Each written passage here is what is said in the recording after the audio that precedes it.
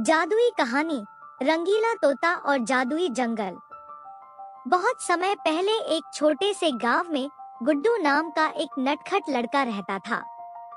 वह हमेशा नई चीजों की खोज में रहता और जंगल की कहानियों में उसकी खास दिलचस्पी थी।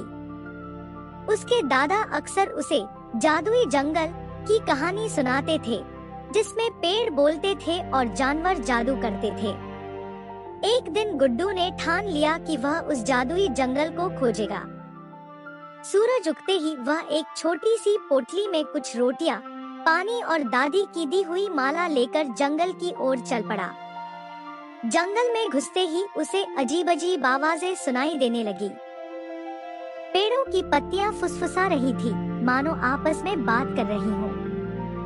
अचानक एक पेड़ ने अपनी शाखा हिलाकर कहा, गुड्डू, क्या तुम जादुई तोते को खोजने आए हो?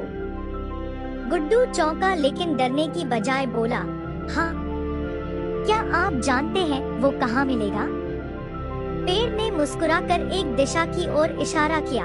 वो तुम्हारा इंतजार कर रहा है, लेकिन सावधान रहना। रास्ते में धुने वाला झरना और सोने की मछलियाँ आएंगी। गुड्डू चलते चलते झरने के पास पहुँचा। झरने से धुआं निकल रहा था, लेकिन जैसे ही उसने दादी की दी हुई माला निकाली, धुआं गायब हो गया और रास्ता साफ हो गया। आगे बढ़ने पर उसे एक तालाब मिला जिसमें सोने जैसी चमकती मछलियां तैर रही थी। तभी एक तोता उड़ता हुआ उसके कंधे पर आ बैठा।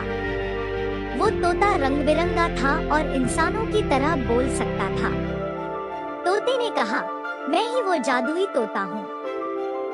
जो भी सच्चे दिल से साहस दिखाए, मैं उसे एक वरदान देता हूँ। बताओ, तुम क्या चाहो?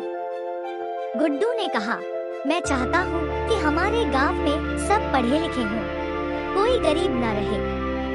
तोता मुस्कुराया, तुमने अपने लिए कुछ नहीं मांगा, इसलिए मैं तुम्हें एक और वरदान देता हूँ।